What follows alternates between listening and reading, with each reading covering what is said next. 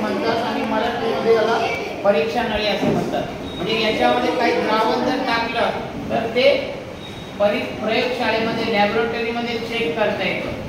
जे वैज्ञानिक असतात, शास्त्रज्ञ असतात, ते द्रावण टाकतात आणि चेक करतात. ही टेस्ट ट्यूब आहे, परीक्षा नळी आहे, तुम्हाला सुद्धा ही प्रयोगशाळेत वापरायची आहे. त्याच्यानंतर हा काय, असे छोटे पण असतात मोठे पण असतात. बिकर, चंचू पात्र, काय आहे याला चंचू पात्र म्हणतात, बिकर म्हणतात याला. दिस इज अ बिकर.